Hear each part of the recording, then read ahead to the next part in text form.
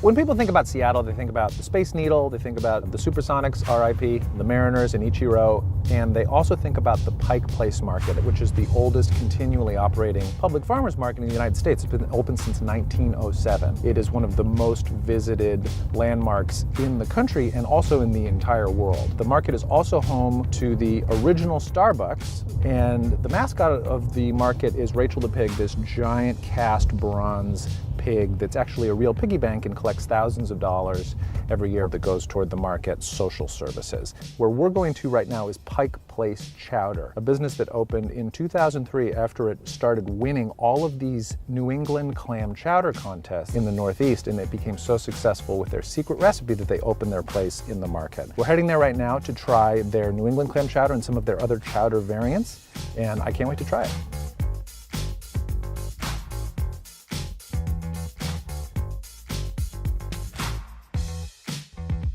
What can you tell me about the business and how long it's been here? I opened it with the owner. He owned a restaurant over in West Seattle. On Fridays, we decided to start serving clam chowder. Everybody died. They loved it. So with that recipe, they started having competitions in Seattle area, and we took first place. Every competition we were in, we started competing in Oregon and California, took first place.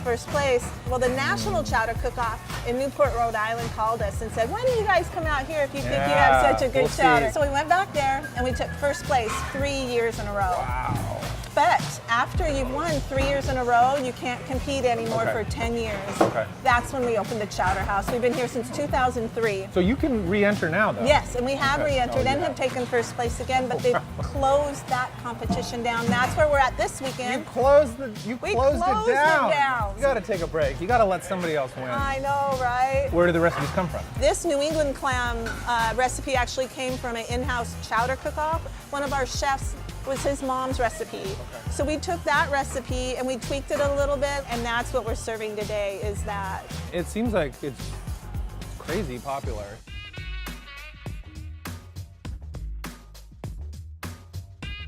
Hey, how you doing? Good, how are you? Give me a little bit of a rundown of what kind of things you have here. Okay, so the New England clam is our most popular. The seafood bisque is the second most popular, and those are both award winners. And then we also have a Manhattan, which is a tomato-based clam chowder, and the seared scallop, and that's my personal favorite. Well, I feel like I have to get an original, so we'll get the New England clam. Let's do a small Manhattan clam. Cool. And then let's do your favorite in the bread bowl. Thank you so much. Yeah, thank you. Woo-hoo-hoo. Look at this. What's going on? You following us? I've got my 3 chowders, New England clam, seared scallop, and Manhattan clam.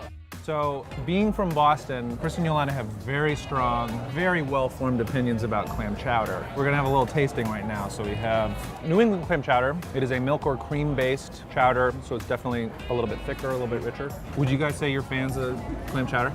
Yeah. Clam chowder, definitely. And it tastes like we've got some potatoes and celery and definitely bacon in this.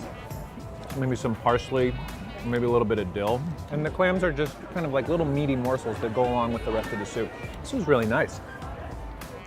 I've had some chowders that are a little too runny, and this is just the perfect combination of it. Is definitely rivaling some of the best chowder I've had in Boston. I really I might get punched in the face when I go back home. Someone hears this. That's what I'm saying. People are gonna watch this, Chris. And now I'm starting to regret that.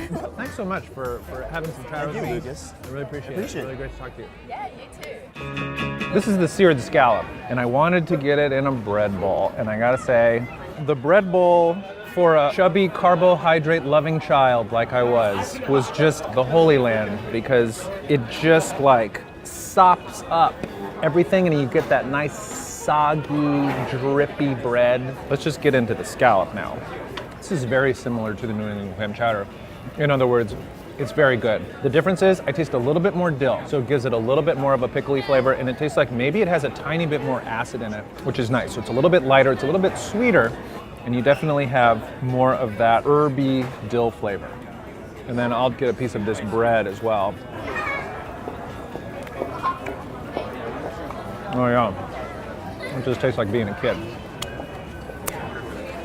And the sourdough is nice because sourdough obviously has a very sour flavor profile, so it sort of completes it nicely, especially when you have that creamy, bacon, salty, that could get pretty overwhelming after you eat an entire bowl of this stuff. Let's move on. Manhattan clam chowder. This is gonna be a little bit of a sore point for all you New Englanders out there. So why is this red?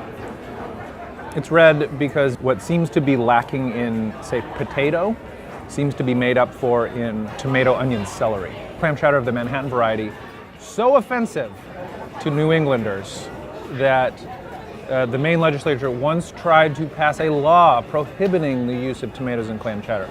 I think this is very much up to the personal taste of the eater. This tastes more like tomato soup, parsley, that celery flavor, which I really love, really comes through, but this is very strong. It's nice to almost have this contrast when you have the thick creaminess of the New England cheddar to have the tart acidity of the tomato. If you like tomato soup and you like clam chowder, then you'll definitely like this. Pike Place Chowder, man. I can see why there's a line down the street to get some of this stuff. Just had some delicious chowder from Pike Place Chowder here in the heart of the public market in downtown Seattle. I really hope you enjoyed this episode of Dining on a Dime, and if you'd like to watch more, please click here. If you thought Swedish espresso bars were a thing in Brooklyn, you got another thing coming, because I'm predicting Dutch baby stands on every corner from Dumbo to Bensonhurst, baby. Or it's Dutch baby.